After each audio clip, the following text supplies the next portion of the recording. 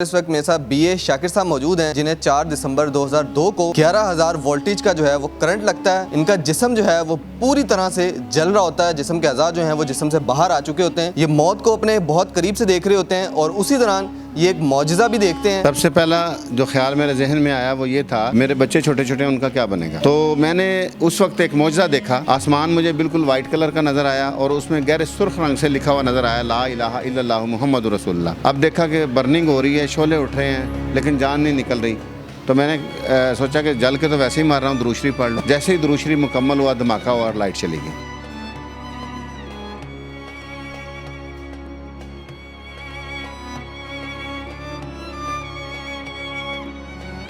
आप बता रहे हैं, लड़कों को बता रहे हैं, यार मुझे जनरल हॉस्पिटल ले जाओ, आपका जिस्म जल चुका है, आपका जिस्म के अज़ाब बाहर आए में। वो दुरूद शरीफ की माशाल्लाह इतनी बरकत थी। हमारे नाज़रीन को बताइएगा कि आपको वो चीज़ महसूस हो रही थी कि आप इतनी तकलीफ़ में हैं। इलाज के दौरान भी जब मुझे ज़्यादा पेन होती तो मैं दुरूद शरीफ पढ़ना शुरू कर देता और आप यकीन करें कि दुरूद शरीफ पढ़ते पढ़ते मुझे नींद आ जाती थी। मुझे बिल्कुल दर्द का एहसास नहीं होता था। नेशनल पॉइंट की वीडियोस को लाइक करें, सब्सक्राइब करें और बेल आइकॉन पर जरूर क्लिक कीजिए ताकि हमारी आने वाली तमाम वीडियोस आप तक पहुंच सके। बिस्मिल्लाहिर्रहमानिर्रहीम। नेशनल पॉइंट से मैं हूं फरहान ज़फ़र। इस वक्त मेरे साथ बीए शाकिर साहब मौजूद हैं, जिन्हें 4 दिसंबर 2002 को 11,000 वोल्टेज का जो है वो करंट लगता है। इनका जिस्म जो है वो पूरी तरह से जल रहा होता है, जिस्म के अज़ा जो हैं वो जिस्म से बाहर आ चुके होते हैं। ये मौत को अपने बहुत करीब से देख रहे होते हैं और उसी दौरान ये एक मौजज़ा भी देखते हैं। और आज जबकि 2022 इस वक्त हमारे साथ मौजूद हैं और माशाल्लाह बिल्कुल जो है वो सेहतमंद हैं। इनके बाजू जो हैं वो कट चुके हैं। इनकी ज़िंदगी की कहानी क्या है, इस वक्त ये एक फाउंडेशन भी रन कर रहे हैं, उसके बाहर ये मौजूद हैं। उसकी एम्बुलेंस हमारे पीछे आपको नज़र आ रही होगी। ये इतने माशाल्लाह फ़िट हैं और आर्मी से 12 साल इनकी सर्विस है, आर्मी में बॉक्सर, एज आ बॉक्सर। और ये एम्बुलेंस भी ड्राइव कर लेते हैं, ज़िंदगी के तमाम काम जो है वो खुद कर रहे हैं। लेकिन इनसे बात करेंगे, इनसे पूछेंगे वो ज़िंदगी का मौजज़ा जो इन्होंने देखा वो असल में क्या था। अस्सलाम वालेकुम सर। वालेकुम अस्सलाम व रहमतुल्लाह। शाकिर साहब बताइएगा, 11,000 वोल्टेज का करंट लगा, देखने वाले सारे कह रहे थे कि ये ज़िंदा नहीं बचेगा। आपने बताया उस दौरान आप मुसलसल बुरी तरह जल रहे थे, ज़िंदगी में मौत को देख रहे थे आप। आखिरी वो इंसान जब होता ना, मौत करीब से देखता, उसको क्या ख्यालात आते हैं, वो क्या जहन में आपके ख्यालात चल रहे थे? सबसे पहला जो ख्याल मेरे जहन में आया वो ये था कि ये 11,000 वोल्ट की लाइन से मैं टच हो चुका हूँ, तो ये तो इंसान को ज़िंदा जला देती है। तो मेरे बच्चे छोटे छोटे हैं, उनका क्या बनेगा। ये एक आम ख्याल था, आम दुनियादारी का ख्याल। लेकिन उसके साथ, इस ख्याल के साथ एक यकीन भी मेरे दिल में मौजूद था। वो यकीन ये था कि अल्लाह ताला जो है वो कादिर मुतलिक है, वो जो चाहे कर सकता है। वो चाहे तो मुझे यहाँ से बचा भी सकता है।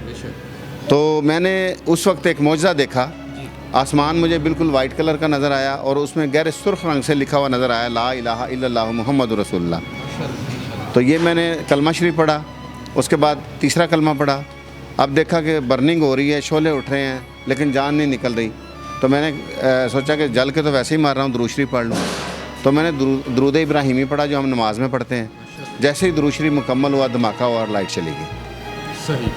उसके बाद आपको नहीं पता आप किस तरह अस्पताल पहुँचे और सारे मामले क्या थे? नहीं, मैं होश में था और उस वक्त तीसरी मंजिल पे मैं था।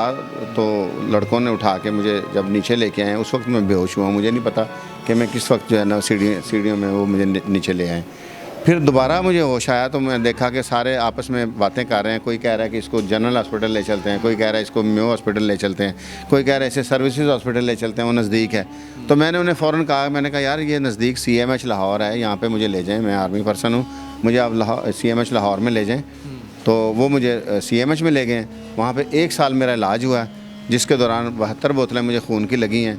और ये मेरा ईमान है कि जिस तरह 72 तन जो शहीद हुए हैं करबला के मैदान में, तो उन शहदाए करबला के सदक़े अल्लाह पाक ने मुझे एक नई ज़िंदगी अता फरमाई और दुरूद शरीफ की बरकत से आज मैं ज़िंदा हूँ। सुभान अल्लाह, बड़ा खूबसूरत बोलते हैं। शाकिर साहब बताइएगा, इंसान इतनी तकलीफ़ में होता है, आप बता रहे हैं, लड़कों को बता रहे हैं, यार मुझे जनरल हॉस्पिटल ले जाओ, आपका जिस्म जल चुका है, आपका जिस्म के अज़ाब बाहर आए में।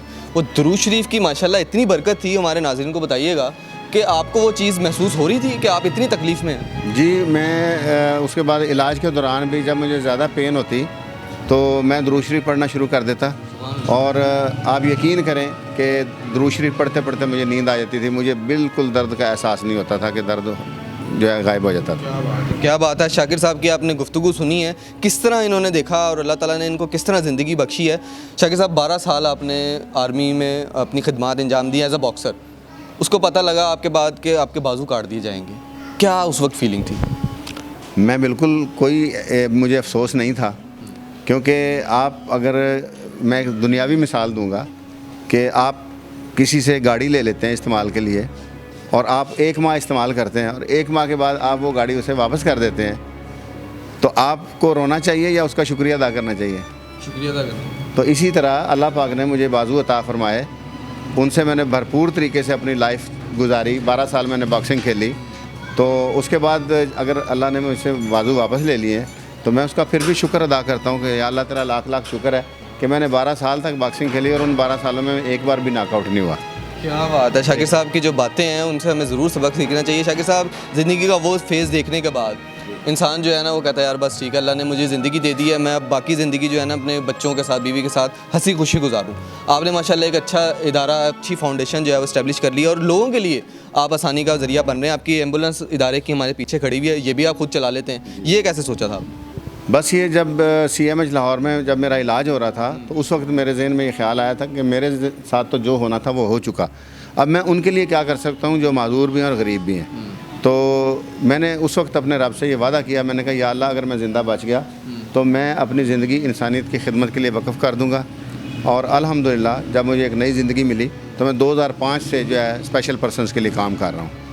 शाकिर साहब माशाल्लाह आपकी ज़िंदगी की जो जर्नी है उससे हम ज़रूर सबक सीखते हैं और जितने हमारे देखने वाले हैं उनके लिए भी पैगाम है। आखिर में बताइएगा, आप माशाल्लाह शेर व शायरी बड़ी खूबसूरत करते हैं, मुझे बैक कैमरा भी आप सुना रहे थे, कुछ नाजरीन के लिए कुछ? जी, इसी हवाले से, जज्बे के हवाले से मैं यहाँ पे कहना चाहूँगा, पंजाबी के 2 शेर हैं। चौमिसरा है पंजाबी का कि डाडी रही तकदीर ते बावां नहीं रहीਆਂ पर साडे लबां ते फिर भी हावां नहीं रहीਆਂ ते जे कोई जज्बे नाल वधावे कदमां नूं ਉਹਦੇ ਲਈ फिर औखियां रावां नहीं रहीਆਂ। क्या बात है।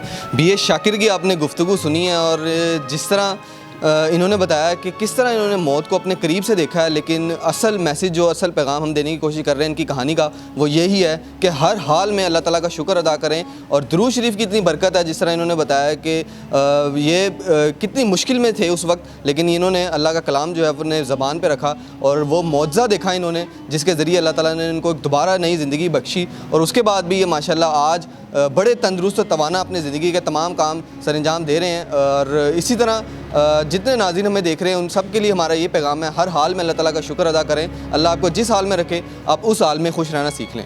इसी पॉजिटिव मैसेज के साथ मुझे नेशनल पॉइंट से इजाज़त दीजिए। अल्लाह हाफ़िज़ नाज़रीन।